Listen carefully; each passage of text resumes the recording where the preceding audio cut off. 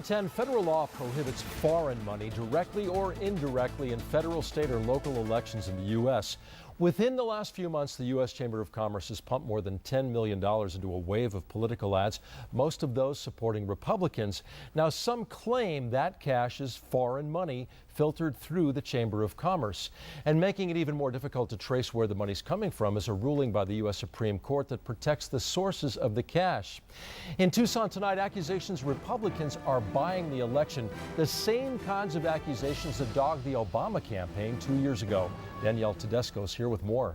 Tom, liberal group MoveOn.org gathered today on Tucson streets pushing voters to question where the money comes from that backs those political ads. But conservatives say that funding is an American tradition and everyone does it.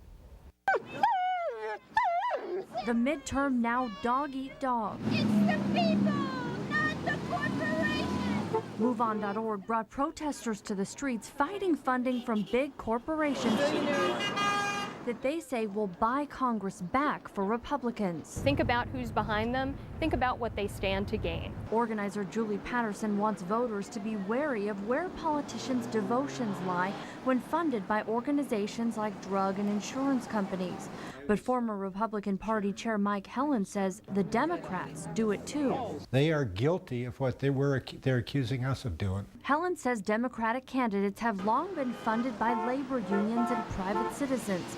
And he says these demonstrations are a defense mechanism built out of fear. We're going to hand them their heads, and they don't like it. Protesters like Suzanne Schaefer say they're just asking voters to be aware. When you see an ad, read the fine print and then go look up some information about the organization that's funding it. Helen says it takes millions, no matter what side you're on, to run a campaign. If you're a candidate for public office, you have to have financial resources to get your name ID up and get your message out. It's a fact of life for both parties and for all candidates. Now, just a couple of hours ago, the president of the U.S. Chamber of Commerce fired off a letter to the board flatly denying White House claims that the chamber is using foreign cash. The president also vowed to amp up political advertising right up through the November 2nd election.